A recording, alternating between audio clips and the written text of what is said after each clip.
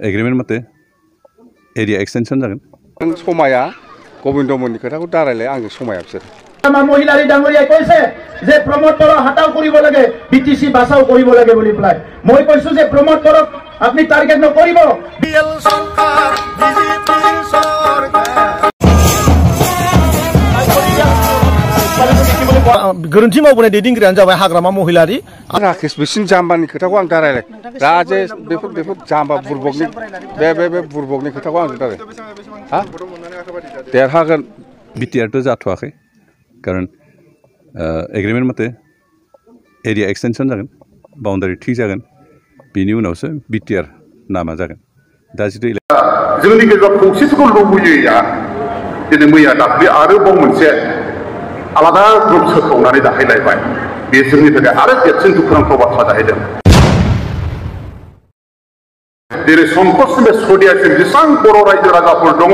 बिथांमोनखौ लिंथुमनानै बर'फोरनि जेसेबां गौथुमफोर दङ पलिटिकेल नन पलिटिकेल गासैखौबो लिडार मावथिलु गासैखौबो लेंहरजोबनानै जों बर' रायजो राजानिसिम मोनसे क्षमा बिनायनि मोनसे गेदेर जथुमा लानाय जादों नाथाय बै समावहायनो सासे दैदेनगिरिया बेरेखा बाथ्रा बुंदोंमोन बेबायदि जानायनि साननैनि उनावनो डिआर नाब्लाया जेलाव हाबहैफिननो गोनां जाहैबाय बियो रावबो नङा आथिखालनि बिटिआरनि डिपुटि चिफ बिथांनि खुगानिफ्राय बे रावा ओंखारनाय बे जोंनि थाखाय जोबोद दुखुनांथाव बाथ्रा दिनै जोङो थारैनो जोबोद गोजोनदों आरो आंल' नङा हयथ' जों दिनै एनडिपिनि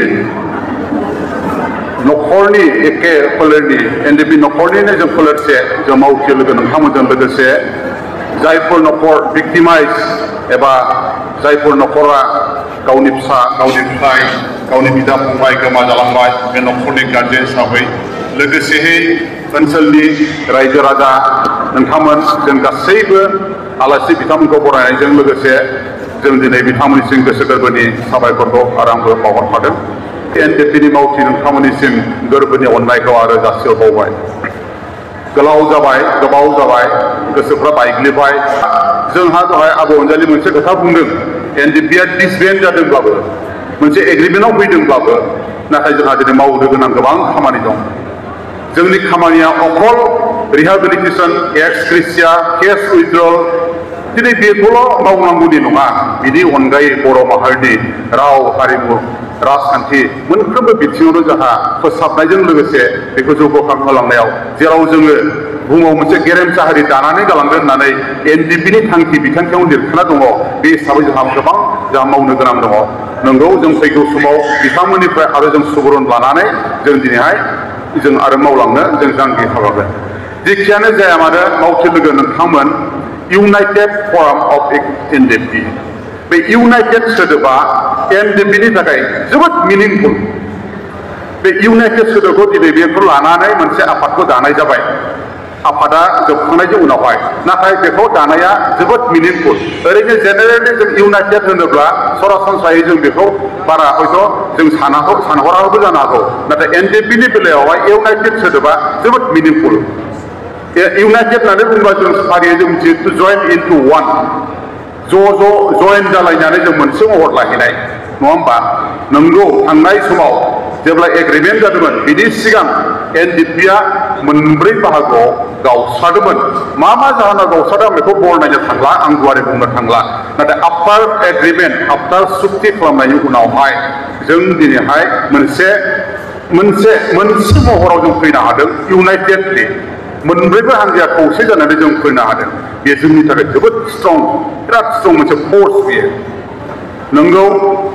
जेब्ला जों सुक्ति जानानै दिल्लीनिफ्राय फैबायमोन बे समावनो बे बाथ्राखौ डिआर नाब्ला सारा सिन्था खालामखादों आरो सिन्था खालामनानै आं बिथांजों लोगोसे थाफानानै जों हर सान साननानै जों मावदोंमोन जोङो मोनब्रै ग्रुपखौ मोनसेयाव इउनिफाइ जों खालामनो हानाय नङा टु मेक इनटु वान जों मोनसे बानायनो हानाय नंलिया बेखौ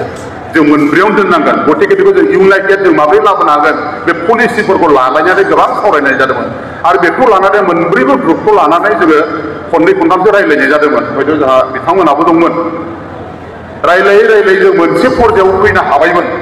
नाथाय दुखुनांथाव बाथ्रा जेब्ला जोङो बेखौ बिथा खालामनानै गिदिर मोनसे अदालगुरियाव प्रग्राम लानो नागिरदोंमोन बे समावनो डिआर नाब्ला सारखौ फिन आरोबाव जेलाव सोनानै दोनहैफिनदों नाथाय बै समावहाय आं दिनै बुंगोन जोंनि लिडार सासेया मोनसे बाथ्रा बुंदोंमोन अदालगुरि कापुरपारायाव जेब्ला बे प्रग्रामखौ बानायदों जेरै संकसनिफ्राय सदियासिम जेसेबां बर' रायजो राजाफोर दङ बिथांमोनखौ लिंथुमनानै बर'फोरनि जेसेबां गौथुमफोर दङ पलिटिकेल नन पलिटिकेल गासैखौबो लिडार मावथिलु गासैखौबो लेंहरजोबनानै जों बर' रायजो राजानिसिम मोनसे क्षमा बिनायनि मोनसे गेदेर जथुमा लानाय जादोंमोन क्षमा बिनो गोनांनि मोनसे खारनानो जाहैबाय जों खौसेयै बेखौ जाबाय जों जि थांखि लानानै बर' रायजो राजानो जों होफैनो हायासै जों क्षमा बियो नाथाय जि बुस्थुखौ जों लाना फैबाय बेखौ जोङो ज'हैनो ज' जानानै जों बर' हारिनि थाखाय इयुननि थाखाय जों मोजां खामानि मावलांनोसै बेबायदि बर' रायजो राजानि सिगाङाव समायखिरा लागोन होननानै बे थांखि लानानै आवगायनाय जादोंमोन नाथाय बै समावहायनो सासे दैदेनगिरिया बेरेखा बेरेखा बाथ्रा बुंदोंमोन आं दिनै बुंगोन आंनि खोमायाव बे बुंदों आं बे प्रग्रामाव आं थाया जेब्ला बे प्रग्रामा जागोन अब्ला आं लोमजाफानानैबाबो न'आव थागोन आं बे बाथ्राखौ बुंदोंमोन बे जोंनि थाखाय जोबोद दुखुनांथाव बाथ्रा आं दिनै गोसोआवबो गाबखांनाय थायो बे बाथ्राखौ खोनासंनानै नाथाय बेबायदि जानायनि साननैनि उनावनो डिआर नाब्लाया जेलाव हाबहैफिननो गोनां जाहैबाय बियो रावबो नङा आथिखालनि बिटिआरनि डिपुटि चिफ बिथांनि खुगानिफ्राय बे रावा ओंखारनाय बेखौ नङा होनना बुंनो हाया दिनै बेबायदि बिनिखाय इउनाइटेडआ सिगाङावनो जानांगौमोन नाथाय अब्लाबो जेबो नंला उन ससेयाव जाफैबाय दिनै मोनसे समाव बे इउनिटिखौ जोंनि गेजेराव खौसेथिखौ लुबैयोया दिनै मैया दाख्लै आरोबाव मोनसे आलादा ग्रुप सोखावनानै दाखायलायबाय बे जोंनि थाखाय आरो देरसिन दुखुनांथाव बाथ्रा जाहैदों आब' अनजालिया मोनसे बाथ्रा दिनै बुंलांदों दिनै जोंहा गोबां मावनो गोनां दङ एनडिपिनि मावथिफोरजों लोगोसे दैदेनगिरिफोरजों लोगोसे रायजो राजाखौ दिनै बिबान दं जोबोद मावनांगौ पलिटिकेलनि लाइनजों पलिटिक्सजोंल' जों हारिखौ मोनसे हारिखौ जों फोथांना लाखिजोबनो हाया थिग আছে दिनै बेखौ जुदि जों दिनै बिथांनि बुंनाय रावजों जुदि जों आवगायनो थाङोब्ला आवगायबाय थांनाय समावनो जोंनि गेजेराव खौसे जानानै बोसोरनै सिगांनो दाखानाय मोनसे बे इउनाइटेड फरामखौहाय दिनै दाख्लै 15 अक्ट'बराव आरोबाव सोखावनानै आलादा मोनसे ग्रुप बोखावनानै दाखायलायबाय आं जोबोद दुखु मोनदों आं बेखौ नुनानै सासे मानसिया क'क्राझार साइडनिफ्राय आंजों रायज्लायहरदोंमोन आं फनाव बुंहरदों बिराद मोजां बाथ्रा बुंहरबाय बिदि दाबाय माबाय बायदि लास्टआव आं बुंहरदोंमोन आं खिन्थु आं सान्थि गैया आं सेटिसफाइड नङा बेबायदि सोखावनायखौ बेसेबां सोखावजाबावनो जोंलाय गावखाबाय आगोलावबो आरो उनावबो दिनैहाय दिनै सोखावजाबाय जों दिनै फुथुला खालामजागासिनो दङ 34 इयार्स नांनायनि मिनिङा बबाव थाखो जोंनि थाखाय गैयाब्लाबो 3,000नि खाथियाव दिनै जिउ बावनो गोनां जाहैदों एनडिपिनि सोद्रोमाजों लोगोसे जोंनि रायजो राजा आइ आफा जायफ्रा जोंखौ सहाय मदद होबोदोंमोन दिनै बिथांमोनाबो जिउआबो दिनै एनडिपिनि सोमावसारनायाव रुंसारि जानो गोनां जाहैदों गैयाब्लाबो 3,000नि खमाव जाया एनडिपिनि थांनाय 34 इयार्स दावहायाव जिउ गोमानांनाया अब्ला सिन्था खालामदो जों दिनै गाव गावनि व्यक्ति गेइननि थाखाय मोनसे पलिटिकेल लाभालाभनि थाखाय जों दिनैहाय इउनाइटेड फरामखौ दायाखै नंगौ आं बे आफादाव सिगांनिफ्राय आं गैयाब्लाबो नाथाय बाहेरायाव थानानै आङो स्टाडि खालामबाय थादों आरो अबजार्भ खालामबाय थादों आरो आं मरेलि आं सापर्ट होबाय थादों प्रेक्टिकेल आं गैयाब्लाबो आं बेखौ जोबोद मोजां मोनदों नाथाय बे समावहाय आरोबाव जोंनि दैदेनगिरियानो जाय दैदेनगिरिया मोनसे समावहाय अदालगुरि केम्पआव जेब्ला बेथिं दंमोन बिहा आंबो एटेन्ड जादोंमोन बिथाङा बुंदोंमोन दिनै बे एनडिपिआ गैला बे आइजिपिबो दङ बे समाव मोनसे मिटिं जादोंमोन चिफ प्रमद बर'आवबो दं जोबोद दुखु मोनबोदों जोंनि सेंग्राफ्रा जोबोद माबा जादों दिनैनिफ्राय एनडिपिआ गैला एनडिपि होननायानो गैला होनो बुस्थुआनो दिनै बेबायदि एनडिपि होननाय गैयैया मैया दाख्लै 15 अक्ट'बराव 15 अक्ट'बराव मानो मा होनदों एक्स एनडिपि वेलफेयार एस'सिएसन मानो दाबोनो गोनां जावखो नङा होमबा एनडिपिआनो जुदि गैलाबा एनडिपिखौ नाङाब्ला बिनिखायनो जाय मानसिया आंनाव बुंहरदोंमोन आं बेखौ बे जास्ट पलिटिकेल लाभालाभनि थाखाय दानायसो जेबो इसु गैया बियो आं बेखौ बे बाथ्राखौ बुंहरदों नाथाय फारसेथिं जोंनि अबस्थाया मा जाना दं नोंथांमोना सिन्था खालामाखै दिनै शान्ति सुक्तिनि उनावबो माखासे दिनै दैदेनगिरिफोरजों लोगोसे जोंनि मावथि लोगोफ्रा दिनै जेलाव हाबनानै दङ जोंनि एक्सग्रेसिया मोननाय रिहाबिलिटेसन मोननाया आलादा बुस्थु दिनै केस उइथड्रल जानाय जायो आलादा बुस्थु नाथाय जोंनि दैदेनगिरिफ्रा दाबो फाउन्डारा जेराव जे हाबना दङ बे बाथ्राखौ दिनै सानगोना सानाखै जोंनि दैदेनगिरिफ्रा दिनै आं बे बाथ्राखौ बुंनाय जादों जोंहा मावनो गोनां बहुद दङ नाथाय जास्ट इलेक्सननि थाखायल' दा बानायनाय जुदि जों बानायनानै फुख्ला बायदि मोसाहोबाय थानांगौबा जोंनि सुप्रिम सेक्रिफाइस खालामनाया ओरैयाव थांगोन आं बे बाथ्राखौ बुंहरदों दिनैहाय जों दिनै रायखांनांगोन सिजफायारा जेब्ला 2025 एप्रिल मेनिफ्राय जागायजेनबाय बिनि उनाव जों गुवारै सावरायदोंमोन बे समाव अबसे एनडिपि प्रग्रेसखौनो सिस्टार खालामदोंमोन आरडि ग्रुप एस ग्रुपआ सिस्टार खालामाखैमोन दा बे समाव जों ज' थानानै फरायसा आफादनि दैदेनगिरिफोरजों जों सावरायदोंमोन माबायाव थाखोमाखै दिनै माखासे दैदेनगिरिफ्रा जोंनि बिदि रायज्लायनायखौ जेबो मदद होआखैमोन नाथाय जों मोनसे समाव लास्टआव मोनसे लामाखौ जों लानो गोनां जादोंमोन दा बै समनि जिथु आन्दोलनखौ दैदेननाय एबसुलेट प्रेसिडेन्ट जायखौ दानि बिटिआरनि चिफ आंनियावनो हरसे थादों ओंखाम जादों जों मोनसे पलिसि लादों बर' फरायसा आफादखौ जोङो ओरै सोनाबाथ' जोङो बिबान सोलायहोनो हाया जों मोनसे पलिसि खालामनानै बिथांमोना प्रेसिडेन्टसिखौ थांनो थाखाय जों सनितपुरथिं जों बोनानै लांदोंमोन बिथांमोननि जिथु जिथु प्रग्राम जिथु कनफारेन्स बेखौ आरो बिनिफ्राय लांनानै बेखौ खायदा कौशलै जों प्रेसिडेन्ट बहायदों जायनि कारनावहाय जोङो एनडिपिआ थोंजोङै जोङो डेम'क्रेटिक प्रसेसजों आन्दलन खालामलांनो सोमावसारनो हायैलाय जों एबसुलिटलिनो सोमावसारनानै जोंनि थांखिखौ जाफुंसार होनाय बे थांखि नोजोरजों जों थांदोंमोन बै समाव जों बुंजानो गोनां जादों अनेक बै फरायसाफोरनि लिडारफोरनि खुगाजों एनडिपिनि मानसिफोरनि जाम्बासो जेबोआनो रोङा नंगौ बे बाथ्राया जों बुंजानो गोनां जादों आरो नंगौबो बाथ्राया जोंबो दिनै मोनसे समाव बुंदोंमोन जेब्ला हाग्रायावहाय जों जेब्ला थानानै जों थायोमोन हाग्राया केम्प खालामनानै बै समाव जों रायखाङोमोन गोरों मानसि नांगौमोन आफादखौ दैदेननो थाखाय नाथाय बै समावहाय गोरों मानसिफ्रा रावबो आवगाया फासयबोनाय गोजासोमोन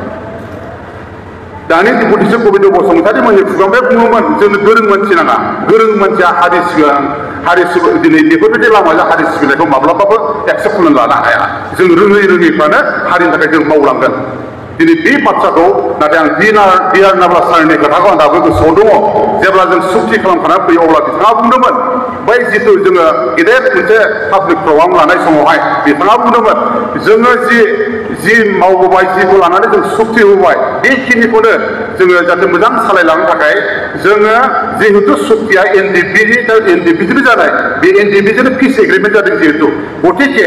जोङो रोंबाबो रोङाबाबो 50%आ जोंनिनो केन्डिडेट जानांगोन बे खोथाखौ बिथाङा बुंदोंमोन बै समावहाय बाखि 50%आ बे गुबुन पार्टिफ्रा माबायदि रानना लालायो आरो बेबायदिनो ज' मावलांलायनोसै बेबायदि खोथाखौ बिथाङा बुंबाय थादोंमोन नाथाय जोंनि माखासे दैदेनगिरि बै समनि एबसुनि जोंखौ जाम्बा होनग्राफ्रा दिनैहाय बेखौ एक्सेप्ट खालामना लानो हायासै दा बै जाम्बा होनग्रा लिडारफ्रा दिनैहाय जाम्बाफोरा नांसोमना फैनाय सुक्तिनि थैनि हासाराव बा दिनै बेगरनि हासाराव दिनै बिथांमोना सोरबा एमएलए जादों सोरबा एमपि जादों सोरबा इएम जादों सोरबा एमपिए जागासिनो दं सोरबा चिफ जादों नङा होमबा सोरनि थैनि हासाराव बिथांमोना जानो मोन्दों दिनै जोंखौ फुख्ला खालामगासिनो दङ गाबखाङो दुखु मोनो मेगन मोदै गयो आं बिराद गाबो मालाबा रायज्लायनानै आरो पलिटिक्सफोरजों रायज्लायनानै जों मा पर्यायाव दङ जों मा पर्यायाव सफैनो हाखो दिनै आरोबाव जोंखौ दिनै सोखावबाय 15 अक्ट'बराव जिथु दादों आफाद एक्स एनडिपि वेलफेयार ससाइटि ना एस'सिएसन ससाइटि दिनै बेबोथ' सोरबा खर'नि बे पलिसि जानो हागौ सोरबा सासे खर'नि पलिसि जागोन बेयो जायनि उनाव बोखावना लांबाय आरोबाव खावसे खावलायबाय दिनै रायजो राजाखौ जोंखौ फोथायगोनसै बेबायदि जुदि सफल जाबाय थायोबा दिनै इउनाइटेडआ जेसेबांखिनि फोथायजानांगौ बेसेबां जों फोथायजानाय नंलिया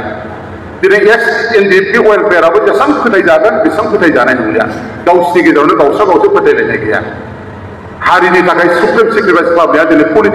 पलिटिक्सजोंनो खिथु खारफालांबाय दिनै बुंजानो गोनां जाहैगोन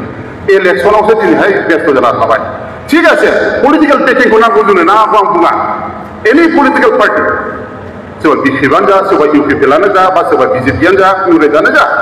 जायहा जोंनि हायाव सासन खालामफैगोन जि शक्तिया फैगोन बेखौनो जों बेखि खालामना लानांगोन नाथाय सिङाव हाबनानै नङा सायाव थानानै आं बे बाथ्राखौ सिगाङाव बुंबाय थादों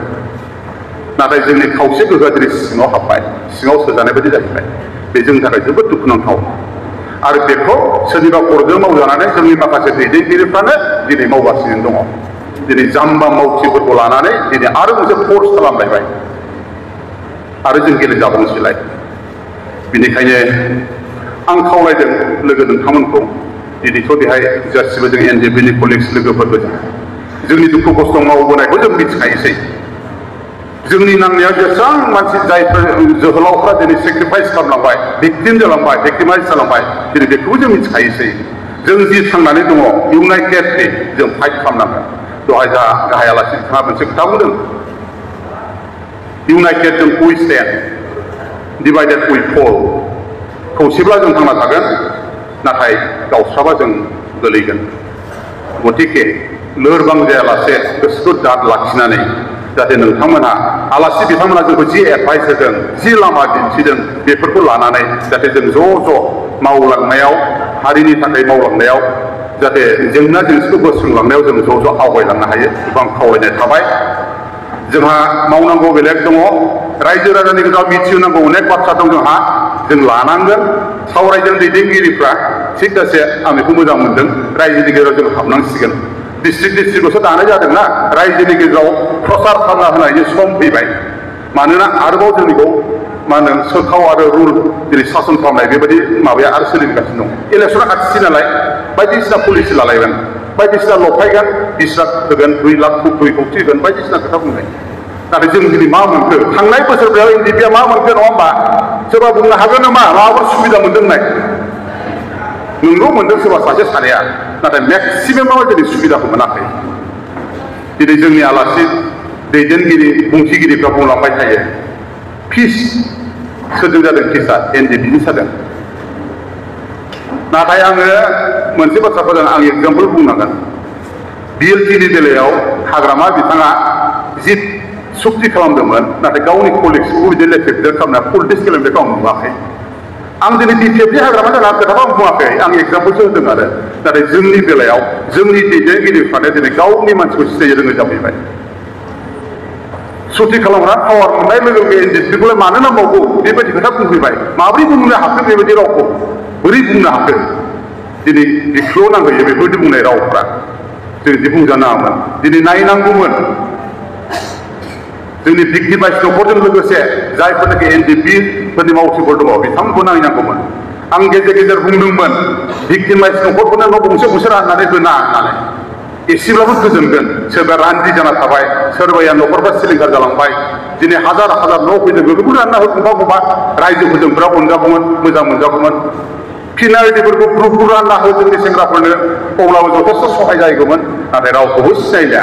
माथोखौनो होला आंथ' थाङाबो लोगो हमाबो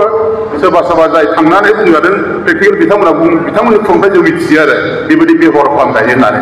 नाथाय बे जोंनि थाखाय एनडिएफबि हिसाबै जोबोद दुखुनांथाव जाहैदों जेखियानो जाया मानो आं गोलाव बुंनो सानलिया जोंहा मावनांगौ गोबां खामानि दङ इयुननि समावहाय जों ज'यै जिखिनि आद्रा थानाय खामानि बेखौ जोङो ज'यै मावलांलायनांगौ लोगोसे जोङो गुबुनफोरनि मदद हेफाजाब लानांगौआ बे टाइम एन्ड सिटुएसननि सायाव सोनारलांबाय थागोन बेखिनिखौनो बुंनानै जोबखांनायाव आं नोंथांनिसिम इयुनाव अराय सम जों लोगो मोनलांनानै थागोन आरो ज' खामानिफोरखौ जोङो मावलांबाय थानो हागोन बेखौ आसा आरो मिजिंथिनानै आंनि सुंद' बिबुंथिखौ एसेबां फोजोबबाय